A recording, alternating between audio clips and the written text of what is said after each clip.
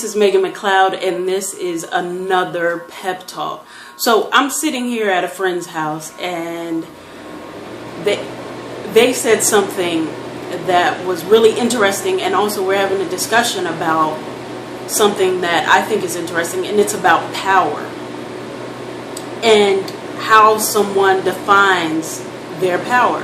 So my opinion is that if your power comes from the outside, then you are not powerful. And I'm going to try to stop shaking this phone. But if your power comes from the outside, then you are not powerful. I was in the music business for 10 years, and they know this.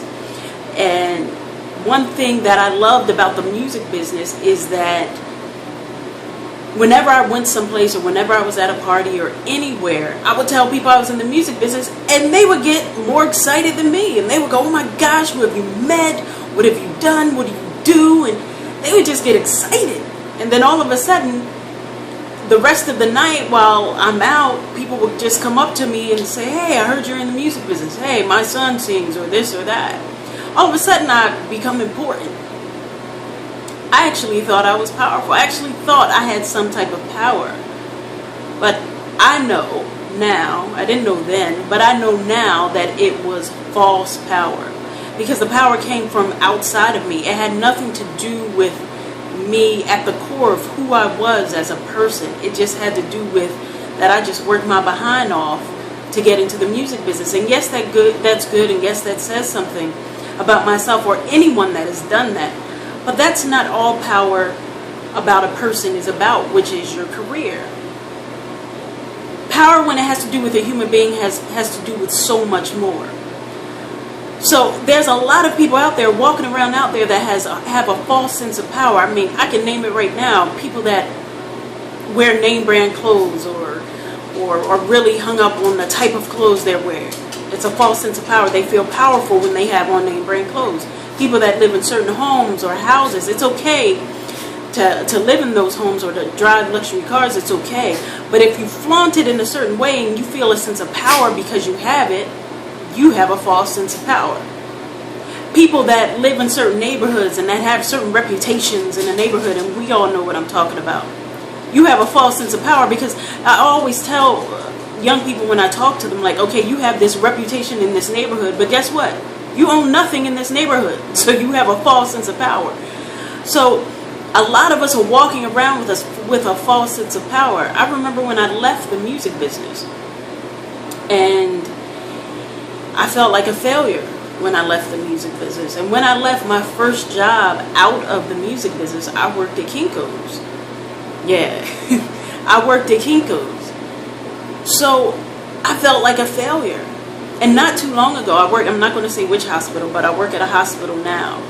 And someone that I knew in the music business came into the hospital. So I'm walking around the corner, minding my business, and I see this person. And I run immediately back around the corner. And a friend of mine who was a nurse said to me, "What are you doing? Why are you running back around the corner?" And I said to her, "Well, someone around the corner I know from the music business." She looked at me, she's like, "So what, Megan? Why does that matter?" I said, "Well, I don't want anybody to know I work here." And she looked at me confused. She said, "Why?" I said, "Because I don't feel successful. This is a far cry from what I used to do, from the money I used to make, from everything." And she looked at me, she said, "Is that really how you define success? So you feel like a failure. So you feel like you don't have any power because you work here. But yet you're in school, you have your own business, you're doing this, you're doing that. You're making a transition." And at that moment, I realized that my definition of success and power was all screwed up. So I took a deep breath and I walked around the corner and I saw her, and the person I worked with in the music business, and I saw her and she said, "Oh my gosh, what are you doing here?" I told her, I said, "I work here." She said, "You do? You do?" I know what she was thinking, like, what the hell are you doing working here? But at that moment, I realized that my power and my definition of success for myself was still in the past, and it had nothing to do with the person, the great person I might add, that I was becoming at this moment. So my definition of power now has everything to do with what's going on the inside of me. If I'm working each day to make myself better each day, to make myself a better person, to make myself a better human being, then I'm working on my power. And it has nothing to do with career or anything. So again, if your power is about looking at what's on the outside of you, who you know, your reputation in your neighborhood, your clothes, car, who you know, the amount of money you have, then you have a false sense of power. And I would hate to see you lose anything that's on the outside of you to make you second guess your power that's on the inside of you.